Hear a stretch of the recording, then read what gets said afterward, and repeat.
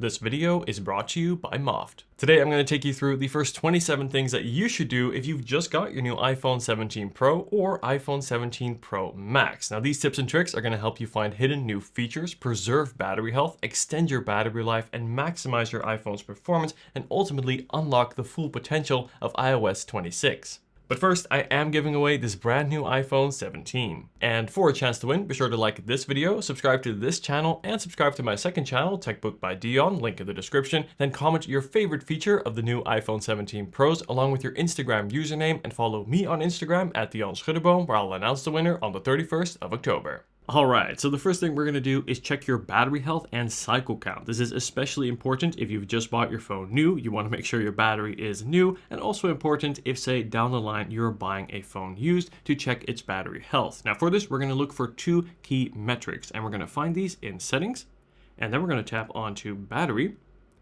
And then from here, we're going to scroll down slightly to where we find battery health. And here we're going to find, first of all, the maximum capacity. This is going to be the battery health indicator. If your phone is new, you want to make sure that this is at 100%. If it is below 80% down the line, this is roughly when I'd recommend you change your battery. And the second metric here is your cycle count. Now, if your phone is new, you definitely want this to be below 10. And if you're buying a phone used, ideally you want it to be below that roughly 200 to 300 mark to make sure your battery still has some life left before it needs replacing. So just to recap, if you've just bought your phone new and your maximum capacity is not at 100 and your cycle count is above 10, I would definitely return it and get a new phone. Great, so now that we know how to check your battery health, let's take a look at a new battery saving feature that is specific to iOS 26 and the new iPhone 17s. And to access this, we're going to go back one page in the same menu, and this time we're going to go ahead and tap onto power mode.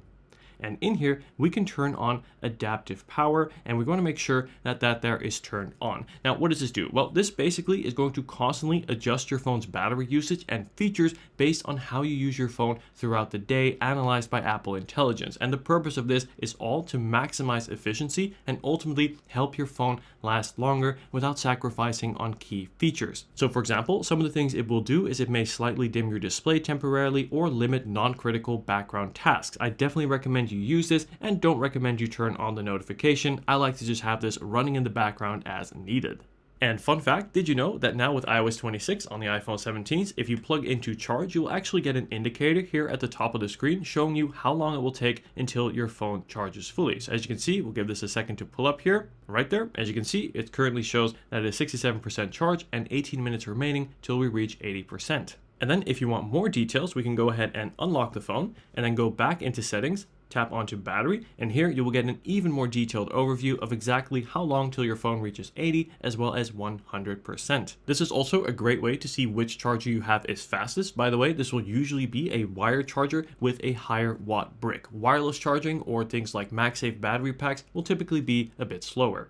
And now I want to show you AI screenshots. This is a really cool feature that allows you to circle and look up anything that's on screen. So let's pull up, for example, a picture here of me and my cute dog, Lucky. What I can do is take a screenshot. And as you can see, we now get a completely overhauled screenshot menu, where within this screen, I can circle anything that's on screen to learn more. So for example, if I circle my dog here, I can go ahead and tap on the right here to do a image search. And as you can see, Google is then going to pull up pictures of dogs that are similar. I can also tap here on the lower left to ask ChatGPT more about what is on screen. And as you can see, it has correctly identified the dog and is telling me a little bit here about the breed. So this doesn't just work in photos, this will literally work on anything in your phone. So you can imagine, for example, watching a YouTube video or a TikTok and you see a product on screen and you want to learn more, simply take a screenshot and then circle it to learn more. This is a little bit like Google Circle to Search on Android, but now finally on iPhone.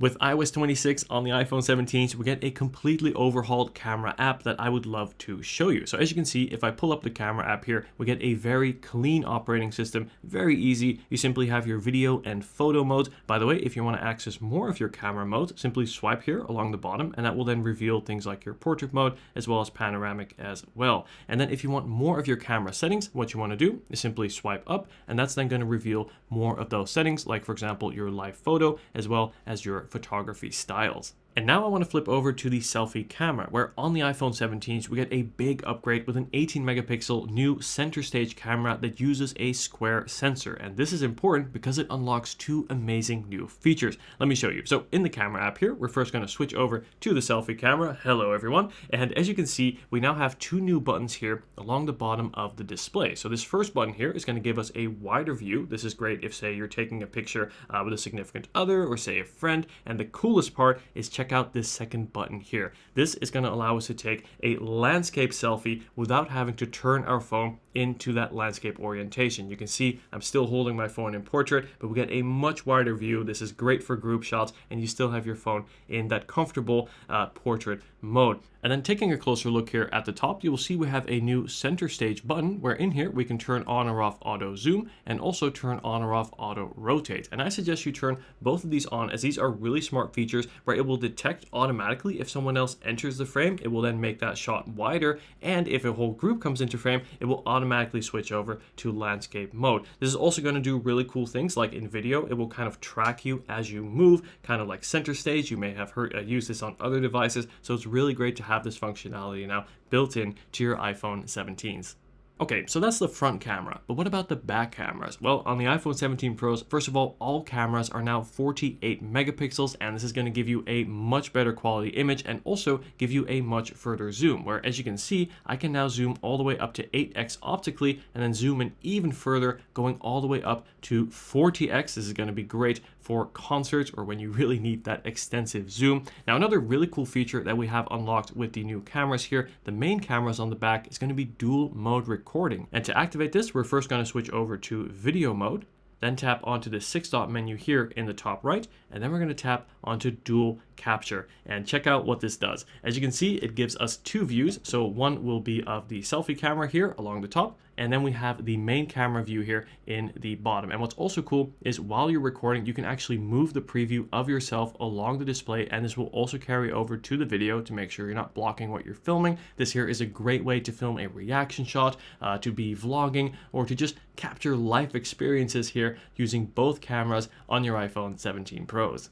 But now I want to talk about the display, more specifically protecting your display and making sure it lasts, as the OLED screens on the iPhone 17 Pros and iPhone 17 can be prone to burn in over time. And to avoid this from happening, you want to make sure that your screen has these correct settings set up. And the first thing we're going to look at is your auto lock timer. And to do this, we're going to jump into settings, and then we're going to scroll down here to where we find display and brightness. And in here, scroll once more to auto lock. And then you want to set this to either 3 minutes or less. The shorter the time, the better, because one of the ways that burn-in happens is if you're on a consistent static image for an extended period of time. So you definitely want to make sure you avoid the never option. I recommend 3 minutes or less. This is also a great way, by the way, to save battery, but I've got lots of battery life-saving tips coming in throughout this video. But personally, I like to set it to 3 or 2 minutes. Because I'm recording, I have it set to 5, but again, I recommend going for 2 to 3 minutes. Now, the next really essential setting to have on is your auto brightness. And to check if it's on, you want to go into settings, then tap onto accessibility right here. And then we're going to scroll down to display and text. And here, all the way at the bottom of the page, you will find auto brightness, and you want to make sure that there is turned on. Again, I have mine off now because I'm filming and I want it to be consistent, but normally speaking, I always have this on. I find auto brightness on your iPhone does a great job at becoming bright when it needs to out in the sun, and then also dark enough when you're using it late at night. By the way, you can also ask Siri to adjust these settings. This next feature is super essential if you find yourself affected by the flickering of PWM, or pulse width modulation. Now, this is what's used by OLED screens to control the brightness, and some people can get headaches, even migraines, as a result of this flickering. If you are affected by this, Apple have added a really cool feature to help remedy this. And to find this, we're going to go into settings, then scroll down here to where we find accessibility, then tap onto display and text size. Then we're going to scroll down here to where we find display pulse smoothing, PWM, and you want to make sure that there is turned on. Now, I only recommend you turn this on if you are affected by PWM. Personally, I am not, but I've seen from many of your comments that some really are, and this new setting should help remedy and lessen those headaches and strain that some suffer from. And now let's talk about some customization features. So first of all, we have some new customization features available on the home screen, where first of all, we can now actually resize your app. So to do this, we're going to tap and hold anywhere on the home screen to enter this jiggle or edit mode. Then we're going to tap onto edit and then tap onto customize. And here, as you can see, we have a little icon in the top right that's going to allow us to make our icons bigger. As you can see, it'll be larger, and it also removes the labels of the apps for a very clean look. And then we can also go back to the default, which has these smaller icons with the labels as well. So simply switch this by tapping this button here. I think there is something cool about this larger icons. It's very clean, although personally, I would have loved to see the smaller icons available with the labels removed. I think that would be the best of both worlds. While we're here in this menu, you can also actually change your app style. So check this out. We got 4 here on the bottom. We have the default, and we can also switch over to dark mode if you want that permanently. We also have clear, which is really clean, kind of glass-like, which really goes with the new iOS 26 aesthetic. But the coolest of all, I think, is if we go over to tinted. This is going to open up a bunch more options where, first of all, as you can see, we can change the tint of our icons on the color wheel as well as the opacity. And then we have 4 new buttons here along the bottom. And the first one, as you can see, is going to turn everything orange. Why? Because I have the beautiful orange iPhone 17 Pro Max. So it's going to match the icons to the color of your phone. And then secondly, if you have an Apple case on your phone, it will actually match to the colors of those case, which is also a really nice feature. And then secondly here, or rather thirdly, we can also choose to match our wallpaper. And then finally, we also have the eyedropper tool to pick out a very specific color here from our wallpaper to match our icons that way. And then once you're happy, simply tap on the home screen and that will then be saved. Speaking of apps on the home screen, now I want to show you how to lock and also hide a specific app. This is great for privacy as well as security. So first of all, you want to find an application that you want to lock and hide. So let me see here. Monopoly Deal, one of my favorite games to play when I am bored. And what you can do is tap and hold on that application. And then here we can tap onto Require Face ID. Now we'll be given 2 options. First of all, we can do Require Face ID or Hide and Require Face ID. So Require Face ID means that every time you open that application, your Face ID will need to scan and authenticate you before the app will open. But the second option goes even further, and that's what I'm going to show you now, where it will hide the application from the home screen and also require Face ID. So if we tap onto this second option, you'll see that first of all, we need to authenticate to enable this. There we go. And then we tap onto Hide App. And as you can see, the app has now disappeared from my home screen. So where do we find it? Well, to find this, we're going to swipe all the way to the right to where we find your app library. Swipe all the way down. And here you have a hidden folder. So what we're going to do is tap onto this hidden folder, authenticate with Face ID, and as you can see, the app has now revealed itself. We can then open the app, but once again, Face ID is required, and only then will the app launch. So this is a great way for privacy and security to keep certain applications hidden and extra protected.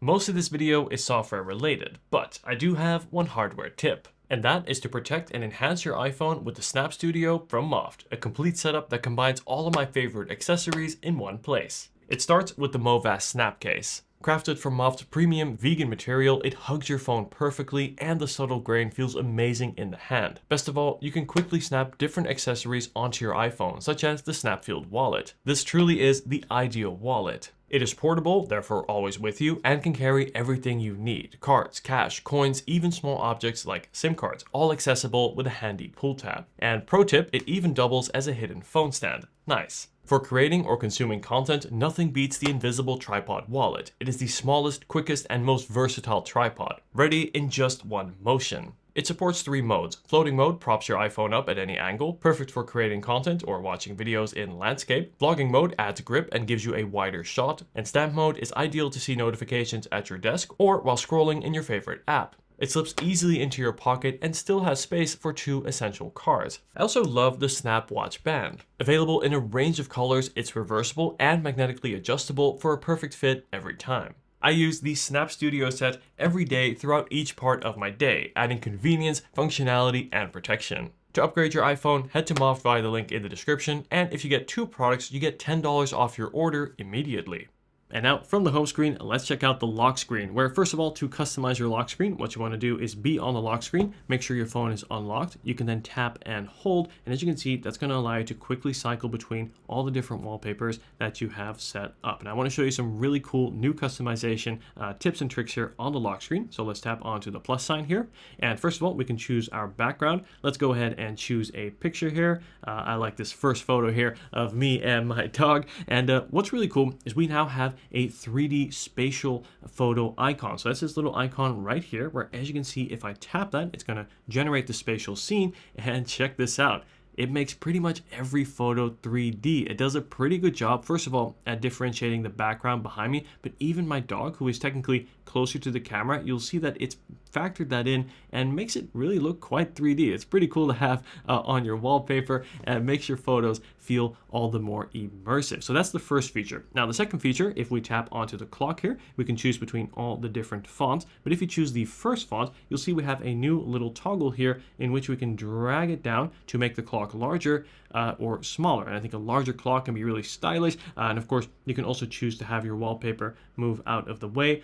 You'll see that the clock is also positioned just below my head, adding more to that 3D effect, which I think is really cool. And then here along the bottom, we can also add some widgets. So one of the ones that I always like to have is a good old weather widget, very important here to see the temperature. And then if we swipe along the right, we also have really useful the percentage rain widget. This is great here in London because you never know when it is going to rain. So I definitely recommend you add that widget there as well. And then lastly, if you do have an Apple Watch, you can also add your fitness ring. So if we tap onto fitness, there you go. That's then going to give you your activity rings straight from your Apple Watch over to your phone so you can track your activity. And lastly, I also highly recommend you customize your lock screen controls. These are the two buttons here along the bottom. By default, you will have your flashlight as well as your camera, but because the camera control, which we'll look at later, is also a great way to access your camera, you can swap this one on the right for pretty much anything. It can be an app, it can even be a system shortcut.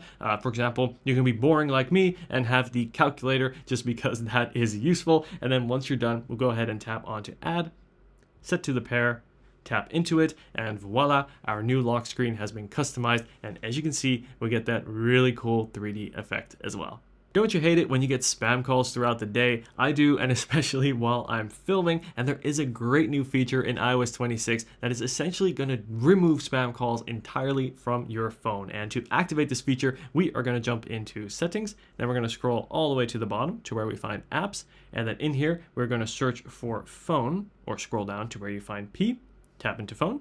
And then we're going to scroll down here to where we find screen unknown callers. And first of all, you have two options, either never, ask reason for calling, or silence. And I suggest you choose ask reason for calling, because now when you get a call from someone who is not saved as a contact, your iPhone will answer this for you. Ask the caller to leave their name and reason for calling, and only then will it ring and show you on screen what the name is of that person and their reason for calling, so you can decide whether this call is worth taking. I love this feature. I've already used it a bunch these past days, and it's really, really useful. Speaking of useful, don't you hate being on hold? Well, I do too. So there's also a great feature with iOS 26 here to limit that from happening. And if we scroll up slightly in the same menu, we have hold assist detection. So now when your iPhone detects that you're on hold, you will be given the option to essentially hand the call off to your phone, where you can then leave that call, continue watching your video, or do whatever it is you want. You can put your phone down, and then only then, once your iPhone detects that you're no longer on hold, you'll be notified to pick up the phone and then speak to the actual agent without having to listen to that terrible hold music.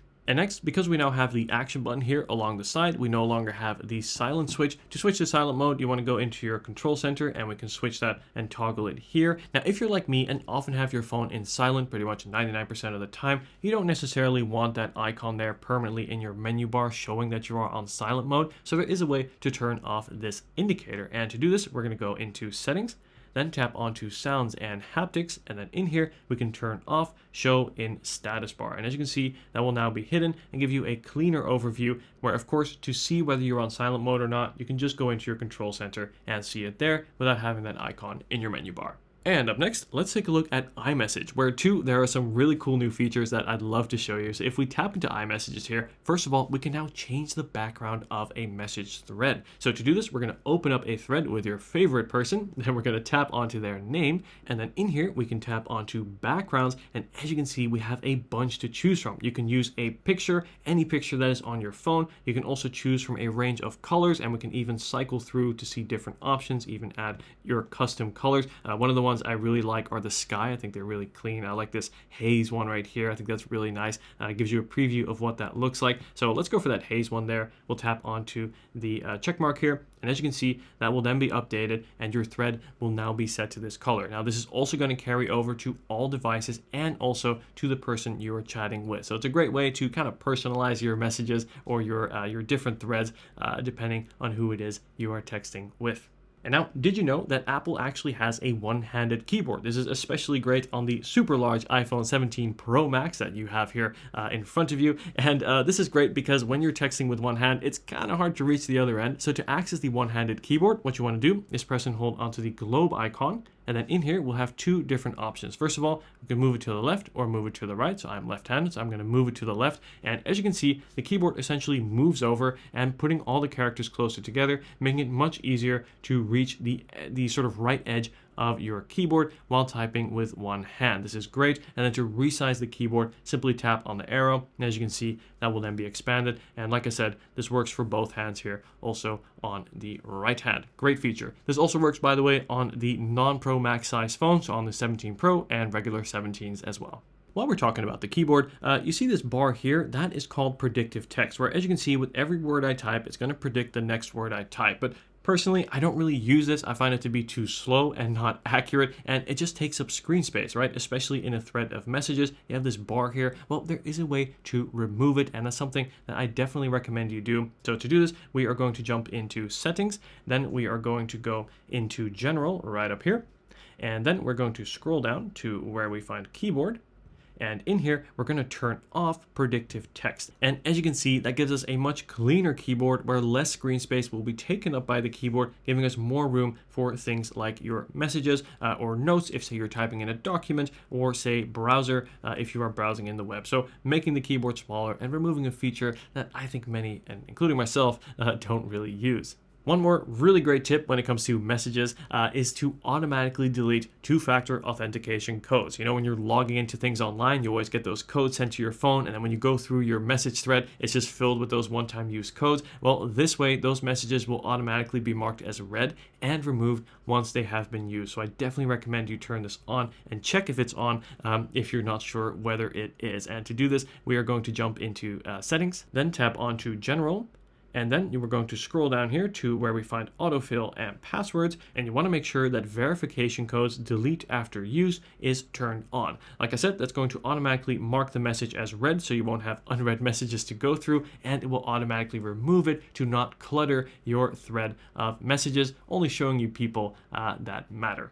And now I want to move over to the camera control that you'll find here on the right of your phone. Now, this was originally introduced last year, but if you've just got your new iPhone 17 phone, chances are this will be your first iPhone with this button. So first of all, I want to briefly show you my top tips and tricks, as well as some settings to change to get the most out of this feature, including lastly, how to turn this off, because I know some of you may want to do that. So first of all, how to use the camera control when your phone is off. You want to press it once and then press it again to open up your camera app. And as you can see, that's then going to allow us to very quickly capture a picture. And to do that, you want to simply press once on the camera control. That will take a picture. You can also press and hold. And as you can see, that will then automatically start a video recording. And then we can also swipe along the camera control to zoom. Now, the camera control is also capable of different modes. So if we tap on it twice, 1, 2, you can switch between the modes. So let's say I want to switch it over to exposure right here. And as you can see, we can then adjust the exposure on the fly using the camera control and switch between modes like this. Using the camera control takes a little bit of getting used to, I think, especially because of the positioning. I wish it was moved a bit further down, but it still can be a useful feature to give you quick access, especially to changing settings and things like zooming on your iPhone. But now, to make the camera control even better, there is a really cool new customization tip that I want to show you. And to do that, we're going to jump into settings and then scroll down here to where we find camera. then tap onto camera control. And then in here, first of all, we can choose to open up the camera with either a single or a double click. Double click is useful if, say, you find yourself accidentally opening it. We can even choose which app we would like it to launch. So we can tap on camera and we can then jump right into Instagram if, say, you often take pictures to share as an Instagram story. And then most importantly and new, if we scroll down here, we have controls, and we can go ahead and tap onto customize, where we can choose which controls we want it to show. You know how earlier I was cycling between the controls? Well, personally, I use it only for zoom. So what we can do is go ahead and turn off all the ones that are zoom and only have the zoom control there. So this way, every time you pull up the camera control, it will just be used for zoom, not adjusting any of the other parameters. But what if you say, Dion, I like the camera on the iPhone, but I just don't like using the camera control. How do I turn this off? Well, there is a way to do this and disable your camera control entirely. And to do this, we're going to jump into settings. And then from here, we're going to go into accessibility and then scroll down here to where we find camera control. And then press this top button here. And as you can see, camera control will now be completely disabled. I can press it and absolutely nothing will happen. And now we get to a truly crucial part of this video where I'm going to show you some essential security settings and features to change to make your iPhone more secure. First of all, we're going to jump into settings, and then we're going to scroll down to where we find Face ID and passcode. Then we'll have to authenticate with your passcode. And there we go. And in here, first of all, we can choose what we would like Face ID to be able to do. So I recommend you turn all these on, as Face ID is very secure. We also have the option beneath that to add up an alternative appearance. This is great if, say, gentlemen, you may have a beard at some points in the year. And ladies, if you have different hairstyles and you find Face ID not recognizing you sometimes, you can choose to add an alternative appearance there to make it faster to unlock. And then beneath that, we also have require attention for Face ID. So to unlock your phone, not only is Face ID going to need to see your face, but you're also going to have to look into the direction of your phone with your eye. So it kind of adds an additional layer of security to unlocking your phone, or say authenticating payments with Apple Pay. So definitely something I recommend you turn on. And then perhaps most importantly, in this menu, we have this, allow access when locked. There are too many friends of mine or colleagues or people that I see, and they have all these settings turned on, as by default, most of them will be. And really, you want to start by turning all of these off, because what these are is basically determining what you want your iPhone to be able to do while it is locked. I don't know about you, but I don't want my phone to do a lot when it is locked and say it is lost or stolen. So things like your notifications center, you don't want that to be accessible. Siri either, because that can be used to respond to messages, for example, and especially things like your wallet, for example, to see the cards that you have in your wallet. Basically, you want to start by turning all these off and then turn on what you really think you need. So for example, things like your lock screen widgets, you know how earlier I showed those weather widgets. To make those work, you want to make sure that's on. Live activities too, you want that on to make the widgets work. And then lastly, home control, you could choose to turn on or off. And then workout data is also a personal choice. But all the other ones, I recommend you turn off, because I only want these features to be accessible when my phone is unlocked, i.e. when it is with me or, say, my wife.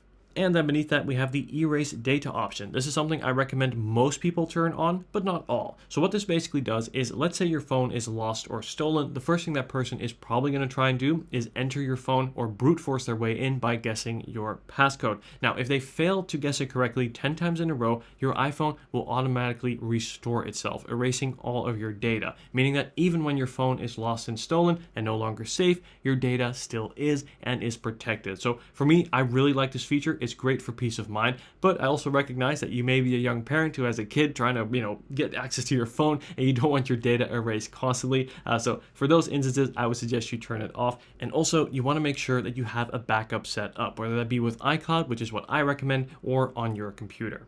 And now I want to show you how to change your iPhone's passcode. So by default, you will have a 6-digit passcode, and this is great. This is still a really good way to protect your data. But if you want to go one step further, you can actually use a password, kind of like you probably have on your computer, right? This could be made up of words as well as numbers and special characters. And to do this, within the Face ID and passcode menu, we're going to tap onto change passcode, then enter in your passcode. And then here we can enter in our new passcode, but also tap onto passcode options, where we can choose from a 4-digit number, 6-digit number, or a custom alphanumeric code, which is basically, well, a word, a password. This could be a series of characters, it could be a sentence, whatever it is. But again, that's going to make your iPhone infinitely more difficult to crack or to brute force their way through. So if you are all about security, I suggest using a password.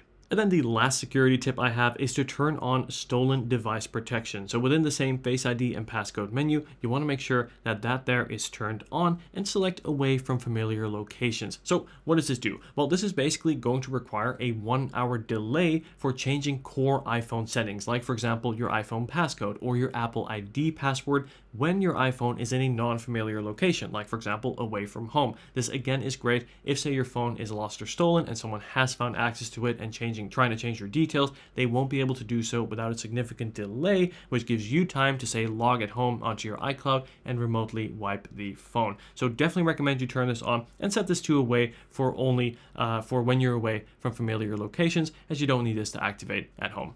And now I want to take it over to Safari, where there are some really cool tips and tricks that I'd like to show you, especially since there's been some big changes now with iOS 26. So if we open up the Safari tab, first of all, you'll see that things look a little bit different. The URL bar is smaller here along the bottom and shrinks even smaller as you scroll. I think that's a great feature, but you'll see that the tab button that we used to have on the right here is, well, gone. So how do you see your open tabs? Well, there's two ways. First of all, we can pinch outwards on that given tab to then sort of zoom out, as you can see, and that will show you all your open tabs. And secondly, we can also double tap on that 3-dot menu and access the same menu where we were in before. So double tap there will do the same thing. Now, while we're here in the tab viewer, what is also cool is we now have the option to duplicate a tab. So to do this, we simply want to tap and hold on a given tab. We can tap onto duplicate, and as you can see, we now opened a second tab here in the same website. This is great if you want to be on different pages on the same site. And a feature I love is that when we swipe along the URL bar to the left and right, as you can see, we will quickly cycle and switch between the different open web pages that we have on our phone. This is a great way if you're constantly switching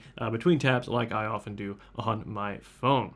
Oh, and this last one is super useful, where I'm going to show you how to save a web page to your home screen. So let's say there's a website that you often visit, like here, Google Flights, that doesn't have an iPhone app. Well, if you often access this website and you want a shortcut on your home screen, this is what you do. To do this, we're going to go ahead and tap on the 3-dot menu, and then right there, we're going to tap onto Share.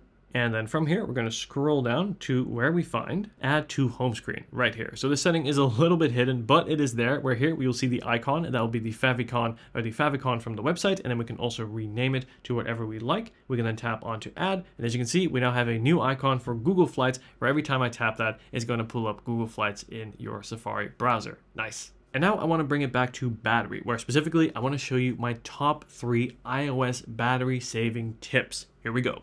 First has to do with mail, and specifically how often your iPhone is going to check for new mail. So to set this, we're going to go into Settings, scroll all the way down to where we find Apps, and then scroll to the M to where we find Mail right here. And then we're going to tap onto Mail Accounts, where here we have the bottom option, Fetch New Data. Tap into that, and then we can either choose to fetch data every 30 minutes, every 15 minutes, hourly, or manually. So this is one that I recommend you set to hourly, as the more often your iPhone is going to check for mail, especially if you have several mail accounts set up like I do, the more battery that's going to use. This works in the background, so you'll never notice it, but believe me, this is draining your battery. So the best way to do this, or really the most power efficient way, would just be to set it to manual, where it will only refresh your inbox when you open the mail app. This I think is a bit too extreme. Personally, I think checking it every hour or so is that happy middle ground, that sweet spot between still having a relatively up-to-date mailbox without draining your battery. So that's the first tip. And the second tip has to do all with notifications. More specifically, you want to limit the notifications that come into your phone. And to do this, we're going to go into Settings, then tap onto Notifications. And then as you can see here, you'll find a list of all the applications on your phone wanting to send you notifications. And by default, all, if not most,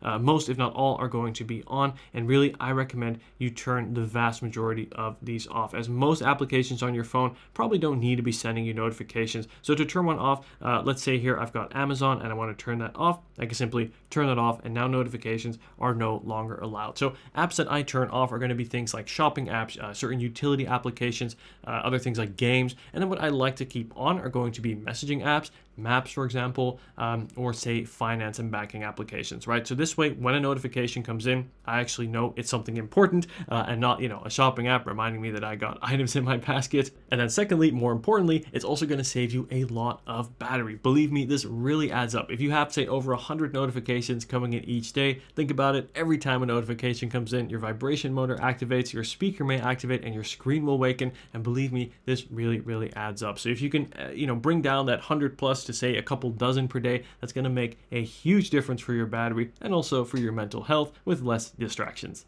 And the third tip, kind of like notifications, has to do with background app refresh, right? Which applications should be running in the background and which shouldn't? Well, you can set this if we go into settings, then tap onto general, and then we're going to scroll down to background app refresh. And just like notifications, you want to cycle through and see which apps you want to allow to run in the background and which you don't. Now, quick tip here, by the way, at the top, we do also have the option to turn off background app refresh entirely. This is something I don't recommend you do, as some apps like Maps app, for example, workout tracking applications and certain messaging apps do work best when they are allowed to run in the background. But things that don't need to run are, again, going to be those shopping applications, certain games, certain utility apps, right? Just make sure that you turn these off, and that way it's going to also save you a lot of battery. So those are my top 3 battery saving settings here in iOS 26. Believe me, they're going to make a huge difference.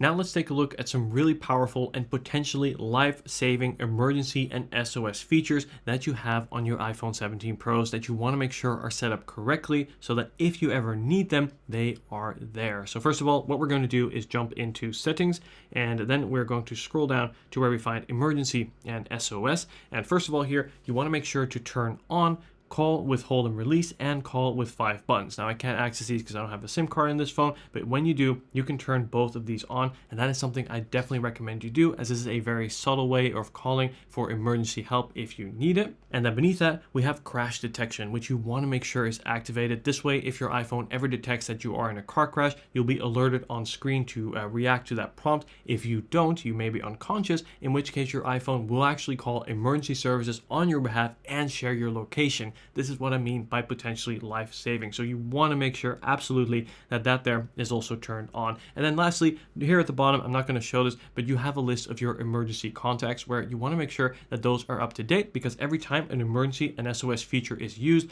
your iPhone will automatically send a message to your emergency contacts to let them know as well.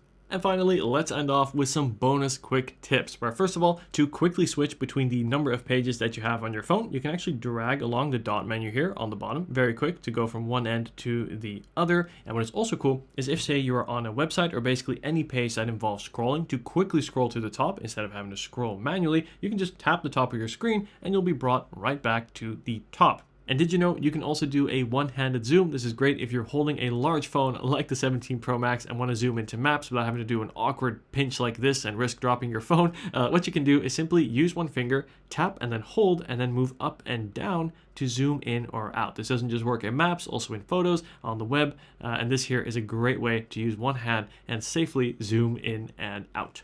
And then to enter lockdown mode, you want to press and hold the side button as well as the volume up button. And as you can see, that will show your power off menu. Tap onto cancel, and now your iPhone is in lockdown mode, where as you can see, Face ID will no longer work and it will require your passcode or password to authenticate and unlock.